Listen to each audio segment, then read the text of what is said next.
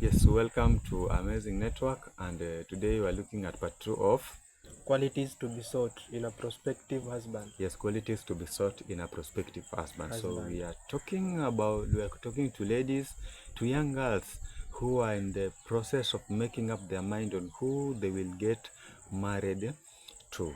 Because as we said, you need to be very careful, because in your marriage hour, that is the time that you date your success or your failure. It is the decision that will determine your happiness here and even in the afterlife. So you have to be very careful the kind of choice that you make as a lady. It's the time that will determine whether there will be joy or happiness in your relationship. So you have to be very, very careful. So number one, in our part 2, you should consider somebody who has the fear of God in him. Very, very important.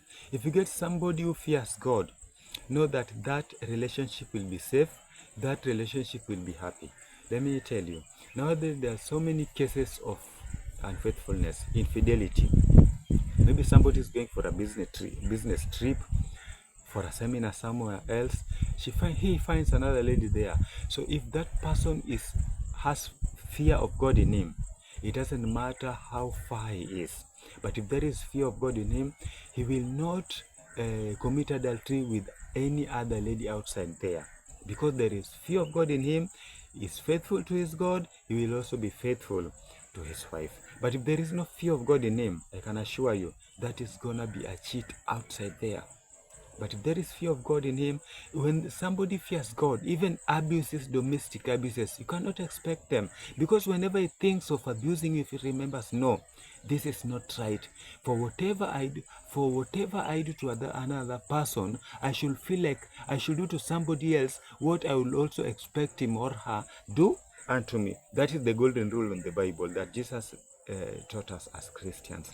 So anyone who fears God will not harm you. Anyone who fears God will not cheat on you, will be faithful to his God, will be faithful on you. So it's very, very important. That's why, as in Proverbs, we found that a good wife comes from the Lord. So is a good husband. Pray, a lady, can you go to your knees when you want to make this decision? Please go to your knees. Any serious lady will not choose for herself, but will let God choose for her. We let God choose for her. So please, that's very, very important. Another thing that you need to consider, that boyfriend, or that man should not be a lover of idleness. Should not be a lover of idleness. Hafai kuwa mtu mvivu. Hafai kuwa mtu mvivu. Kama unaonaje rafiki yangu? Kabisa. Hafai kuwa mtu mvivu. Na kuwa mtu mvivu, somebody who is idle, I mean, maybe you want to meet or even go to somewhere in a park, meet and say ABCD or 1, 2, 3, make your plans.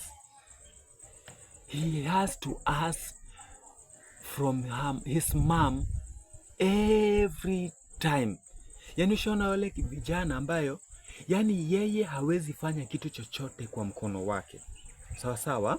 Hata mnataka kutoka nje, hata umemwomba akusaidie hata akutumie tu fare ama pati kitu fulani, wacha nimwombe mam ndio afanye nini, ndio nipatie nikupatie. Wacha nimwambie dad ndio afanye nini, alafu niupatie. Anataka kununulia address, wacha na ni mtu ambaye amefika miaka 18 anaweza fanya kitu na mkono.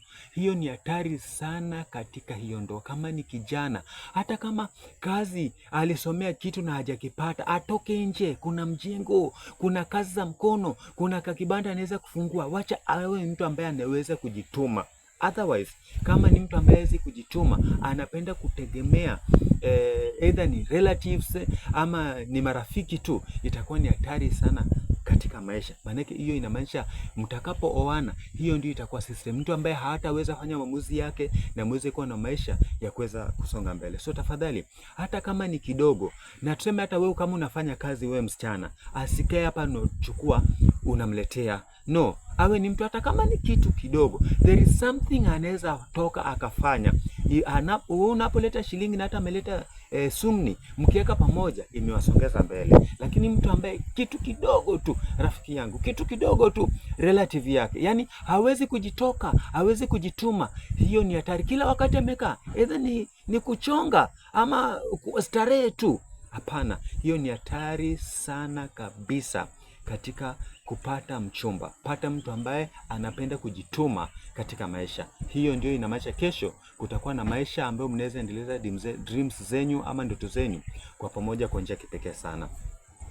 Jambo lingine ni kwamba katika maisha ni muhimu sana kuhakikisha kwamba yule ambaye unachagua naye ufanye maamuzi ambayo itasaidia. Maana wakati mwingine unaweza pata kwamba umefanya maamuzi, mchana anajipata nimefanya maamuzi, lakini je, sasa maamuzi haya yataweza kunijenga? Maybe nimefanya maamuzi mazuri ama maamuzi mabaya, ukajikata pata katika njia panda. Wewe kama msichana, sio kama unanipata, unafika pahali umepata mwenzako, lakini sasa inafika pahali unaangalia, je, huyu ananifaa ama hanifai kama msichana. Na sasa endapo msichana alikuwa ashaweka ahadi na baadaye hajarealize kuwa mvulana si yule mwenye alikuwa anahitaji, baadaye anaweza vunja ahadi? Swali nzuri sana. Labda ulishampatia ahadi yako na sasa unakuja kugundua kwamba kweli ninapoangalia zile the qualities that need to be found in a prospective husband, he doesn't have them, and you can also already sense a red flag in this man. Should you withdraw that promise? I'm telling you, a big yes with capital letters. With capital letters. Let me tell you, it is better, it is far better to break that engagement before marriage than separate afterward, as many do. It is better to break that engagement than go forward, than go ahead and separate afterward, because you've already seen the alert, you've already seen the red flags, and then you proceed. Then later you say, I wish I made up my mind, I saw these things, but I decided to ignore them. It is better to break an engagement than break a marriage. It is better to break an engagement than break a marriage.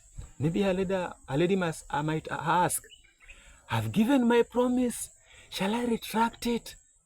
If you have made a promise contrary to the scriptures, my sister, if you have made a promise contrary to the will of God, and you've come to your senses, you've come to notice that you've made a promise contrary to the will of God, my friend, retract it. By all means, retract it without delay. Retract it without delay. It is better to break an engagement than break a marriage. It is better. Then in humility, repent to God for such a rash pledge. Repent to God for such a rash pledge. Repent to God for such a rash pledge. It is better to take back such a promise than keep it and dishonor your maker. And dishonor your maker. Marriage affects the afterlife, both in this life and even in the world to come. Please, my sister, you have to be very, very careful in this decision. A sincere Christian will make no plans that God cannot approve.